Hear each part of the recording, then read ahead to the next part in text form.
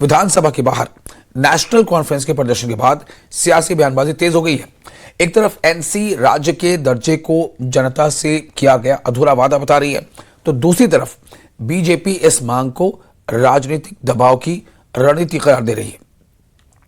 इसके बाद करेंगे देश के अलग अलग राज्यों में कश्मीरियों के साथ हो रहे कथित उत्पीड़न की बात। नेशनल कॉन्फ्रेंस के विधायकों ने इस मुद्दे को लेकर विधानसभा के बाहर जोरदार प्रदर्शन किया। एनसी का कहना है कि छात्र, कारोबारी और आम कश्मीरी खुद को असुरक्षित यानी गैर महफूज महसूस कर रहे हैं। यह मुद्दा सिर्फ सड़क तक सीमित नहीं रहा, बल्कि विधानसभा के अंदर भी गूंजता नजर आया। सियासत के बाद अब रुख करेंगे अर्थव्यवस्था की बड़ी खबर की, और जहां भारत अमेरिका टैरिफ वॉर में भारतीय कारोबारियों को बड़ी राहत मिली है। अमेरिका ने भारत पर लगाए गए 50% टैरिफ को घटाकर 18% कर दिया है। पीएम नरेंद्र मोदी से बातचीत के बाद अमेरिकी राष्ट्रपति डोनाल्ड ट्रंप ने खुद इस फैसले का ऐलान किया, जिससे भारत के लिए एक अहम कूटनीतिक और आर्थिक उपलब्धि माना जा रहा है। इसके साथ ही नजर डालेंगे जम्मू कश्मीर के मौसम और टूरिज्म सेक्टर पर। यूनियन बजट 2026 में एडवेंचर टूरिज्म को लेकर किए गए एक ऐलान से कश्मीर में नई उम्मीद जगी है। ट्रेकिंग और हाइकिंग के लिए सस्टेनेबल माउंटेन ट्रेल्स बनाने की बात कही गई है, लेकिन दूसरी ओर ताजा बर्फबारी ने कई इलाकों में जमीनी चुनौतियां भी बढ़ा दी हैं, जिससे सड़क संपर्क और जनजीवन प्रभावित हुआ है। और आखिर में आपको ले चलेंगे जम्मू के सिविल सचिवालय परिसर में मौजूद 600 से 700 साल पुराने बुआ दाती मंदिर तक। मान्यता है कि यहां सच्चे मन से मांगी गई हर मुराद पूरी होती है, और यही वजह है कि यह मंदिर न सिर्फ श्रद्धा बल्कि सुकून का भी प्रतीक बन चुका है। तो चलिए शुरू करते हैं खास रिपोर्ट।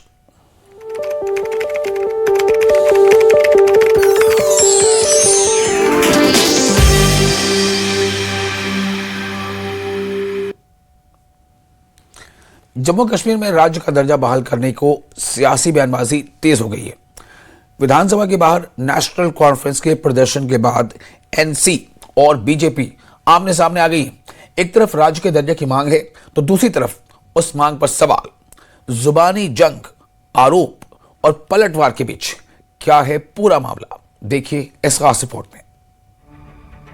जम्मू कश्मीर विधानसभा के बजट सत्र के दौरान राज्य का दर्जा बहाल करने का मुद्दा एक बार फिर चर्चा में आ गया। नेशनल कॉन्फ्रेंस के विधायकों ने जम्मू में विधानसभा परिसर के बाहर प्रदर्शन किया और केंद्र सरकार से जम्मू कश्मीर को फिर से राज्य का दर्जा देने की मांग उठाई।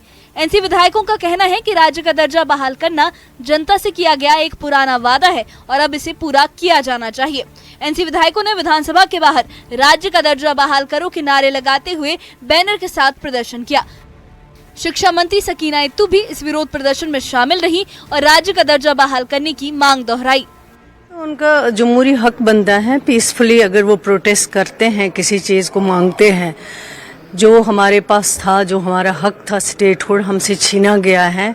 अगर ऑनरेबल एमएलएज उस पर डिमांड करते हैं वापसी की, तो ज़रूर वापस करना चाहिए स्टेटहुड, क्योंकि ये कोई एहसान नहीं है, कोई बेक नहीं है। स्टेटहुड हमारा हक है और स्टेटहुड वापस रिस्टोर करना चाहिए। और जैसे खुद ऑनरेबल होम मिनिस्टर साहब ने कहा है कि स्टेटहुड जो है इलेक्शन के बाद वापस किया जाएगा। इलेक्शन हुआ, डिलिमिटेशन हुई, लेकिन स्टेटहुड वापस नहीं हुआ। तो अगर एमएलएज कोई बात करते हैं तो जमहूरियत के अंदर बात करते हैं और अपने हक की बात करते हैं। इसी तरह स्पेशल गारंटीज दी गई थी 370-35 ए, तो उनको वापस करना चाहिए। जो छीनी गई चीज़ें हैं तो उस पर अगर प्रोटेस्ट करते हैं तो कोई गलत बात नहीं। एनसी के इस प्रदर्शन पर बीजेपी ने सवाल खड़े किए। जम्मू कश्मीर विधानसभा में नेता प्रतिपक्ष और बीजेपी नेता सुनील शर्मा ने कहा कि ये प्रदर्शन दबाव में किया गया कदम है। सुनील शर्मा ने कहा कि एलजी के भाषण में राज्य के दर्जे का कोई जिक्र नहीं होने के बाद एनसी को भारी आलोचना झेलनी पड़ी और उसी की भरपाई के लिए ये विरोध प्रदर्शन किया गया। उन्होंने ये भी कहा कि उमर अब्दुल्ला को विकास कार्यों में कोई दिलचस्पी नहीं है और वो सिर्फ समय गंवा रहे हैं। सुनील शर्मा ने एनसी के प्रदर्शन को पूरी तरह से राजनीतिक बताया। एक्चुअली कल जो डॉक्यूमेंट पेश किया था नेशनल कॉन्फ्रेंस की सरकार ने और जो गवर्नर साहब ने पढ़ा, उसमें कल इनको बहुत गालियां पड़ी कश्मीर में। कश्मीरियों ने इनको, मुझे लगता है, रात को फोन कर करके सोने नहीं दिया। तो उनको दिखाने के लिए सुबह 5 मिनट इन्होंने अपनी ड्यूटी निभाई है। अदरवाइज इनको पता है मोदी जी ने जब देना है तभी देना है, इनके इधर सीढ़ियों पे खड़े होने से थोड़ी मिलेगा, वो इनको पता है। हाँ, डॉक्यूमेंट में रिफ्लेक्शन नहीं थी वो स्टेटहुड की, उसके लिए इन्होंने आज यहाँ पे उस डॉक्यूमेंट की जिसे कहते हैं माफी मांगी है कश्मीरियों से कि भाई हमने स्टेटहुड की डिमांड। बीजेपी के आरोपों पर नेशनल कॉन्फ्रेंस के विधायक और पूर्व मंत्री मीर सैफुल्लाह ने तीखा जवाब दिया। उन्होंने बीजेपी को एक हताश पार्टी बताते हुए कहा कि बीजेपी को जनता की ऊंची उम्मीदों को पूरा करने में कोई रुचि नहीं है। मीर सैफुल्लाह ने कहा कि केंद्र सरकार को जम्मू कश्मीर के लोगों से किए गए अपने लंबे समय से लंबित वादों को निभाना चाहिए और राज्य का दर्जा बहाल करना चाहिए। उन्होंने साफ कहा कि एनसी जनता की आवाज उठा रही है और इस मांग से पीछे नहीं हटेगी। इस सरकार की भी डिमांड है, हमारी पार्टी की भी डिमांड है, स्टेटहुड को बहाल किया जाए। न सिर्फ स्टेटहुड को बल्कि 5 अगस्त 2019 को जो फैसला लिया गया उसको वापस कर लीजिए। मैं एक बात आपको बताऊं, अब किस पे भरोसा करें? इस इलेक्शन इस शर्त पर हुआ कि supreme court, honourable supreme court ने डिसीजन दिया और अपने डिसीजन में इस चीज को वहां जिक्र ये किया, ये बताया कि जो ही इलेक्शन होंगे उसके बाद स्टेटहुड बहाल होगा। ये सही बात है या गलत? ये ऑनरेबल सुप्रीम कोर्ट ने कहा। उसके बाद हमारे होम मिनिस्टर साहब ने भी यही बात कही कि स्टेट हम बहाल करेंगे। फिर हमारे प्राइम मिनिस्टर साहब ने भी कहा हम स्टेट यहाँ पर बहाल करेंगे। अगर प्राइम मिनिस्टर साहब की जबान, दूसरी तरफ होम मिनिस्टर साहब की जबान, और जो हाईएस्ट कोर्ट जो है हमारे मुल्क का वो है सुप्रीम कोर्ट, उसका कहना भी है यहाँ स्टेट बहाल तब भी नहीं किया जाता है। बजट सत्र के दौरान विधानसभा के भीतर भी माहौल गर्म रहा। उप मुख्यमंत्री सुरेंद्र चौधरी ने बीजेपी पर निशाना साधते हुए कहा कि उनसे डीएनए टेस्ट की मांग की गई थी, जो किसी भी तरह की राजनीतिक भाषा या मर्यादा के अनुरूप नहीं है। वहीं बीजेपी विधायक श्यामलाल शर्मा ने उप मुख्यमंत्री पर दल बदलने के आरोप लगाए और उनकी टिप्पणियों की कड़ी आलोचना की।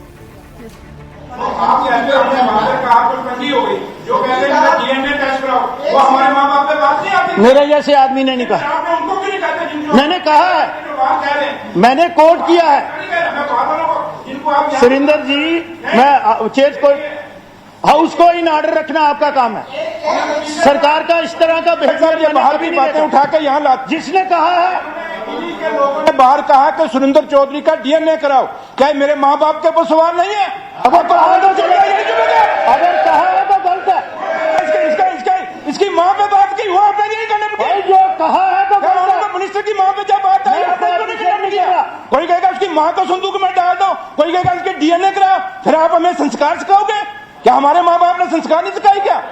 ये गलत है आपकी बात, ये ज्ञान मत दीजिए। हमें नहीं दुख हुआ, नहीं हमें नहीं दुख हुआ, हमें नहीं दुख हुआ कि नहीं, आप ये बात नहीं मत करो, नहीं ये नहीं होगा। आप दो संस्कार नहीं सिखाएंगे।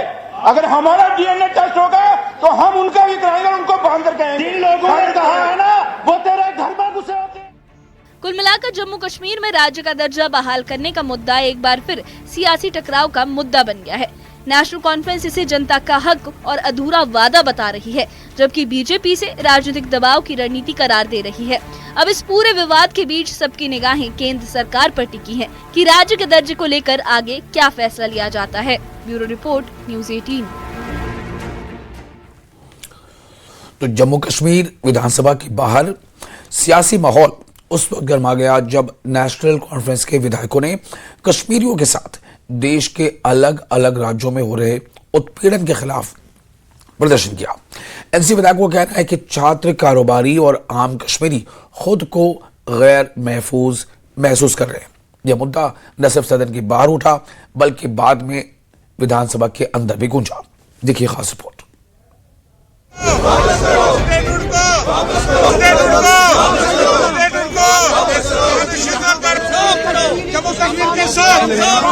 हमें रियासत का दर्जा जो है बहाल किया जाए।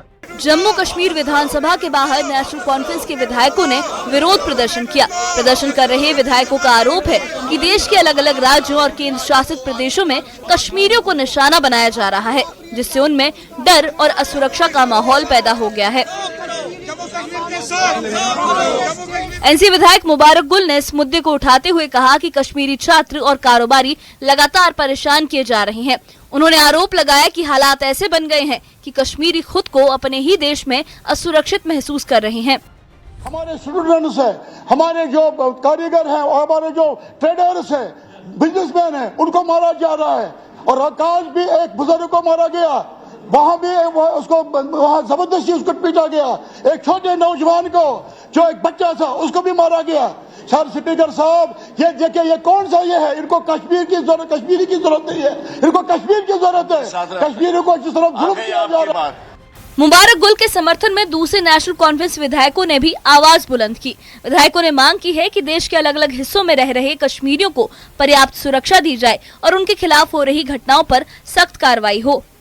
इस मुद्दे पर विपक्ष भी सरकार के साथ खड़ा नजर आया। पीडीपी विधायक वहीद उर रहमान पर्रा ने कश्मीरियों पर हो रहे कथित हमलों की निंदा करते हुए दोषियों के खिलाफ सख्त कार्रवाई की मांग की। उन्होंने इस मुद्दे पर विधानसभा में विस्तृत चर्चा कराने की मांग भी रखी। कश्मीरी मुसलमान स्टूडेंट, उन पर कई जगह, जो मुबारक साहब ने भी अभी कहा कि हर जगह ऐसे रिपोर्ट्स आ रहे हैं जहां स्टूडेंट्स को जगह नहीं मिल रही है, उनको क्वार्टर खाली करने पड़ते हैं और उसके साथ साथ उनके एडमिशन्स पे खतरा है, बेसिक उनके रोजगार पे खतरा है। उस मुद्दे पे बहस होनी चाहिए। It's a very important issue. National conference के विधायक मीर सैफुल्लाह ने भी देश के बाहर रह रहे कश्मीरियों की सुरक्षा का मुद्दा उठाया। उन्होंने कहा कि छात्रों और कामकाजी लोगों की सुरक्षा सुनिश्चित करना सरकार की जिम्मेदारी है और इसमें किसी भी तरह की लापरवाही बर्दाश्त नहीं की जानी चाहिए। डिस्ट्रिक्ट कुपवारा जो है, सर्दियों के मौसम में पूरा डिस्ट्रिक्ट कुपवारा या तो मजदूरी करने के लिए जाता है या तो फेरी करने के लिए रियासत के मुल्क के मुख्तलिफ रियासतों में जाते हैं। आए दिन हर रोज तकरीबन 150 फोन हर रियासत से हमें आते हैं। मजदूरों के जो फेरी करते हैं या काम करते हैं बाहर की रियासतों में, हर रोज फोन आते हैं। बहुत सारे ऐसे हमारे लोग वहां पर हैं जो कमरों में बंद किए गए हैं, 10-10 दिन से 15-15 दिन से कमरों में बंद पड़े हुए, बाहर उनको जाने नहीं देते हैं और जो भी बाहर निकलता है उनकी मारपीट होती है और बहुत परेशान है। मैं से हुकूमत मुदाखलत करे इस बारे में। कश्मीरियों की सुरक्षा को लेकर विधानसभा के अंदर और बाहर सियासी एकजुटता देखने को मिली। अब देखना होगा कि सरकार इस मुद्दे पर क्या ठोस कदम उठाती है और देश के अलग अलग हिस्सों में रह रहे कश्मीरियों को कितना भरोसा दिला पाती है। Bureau report, news 18।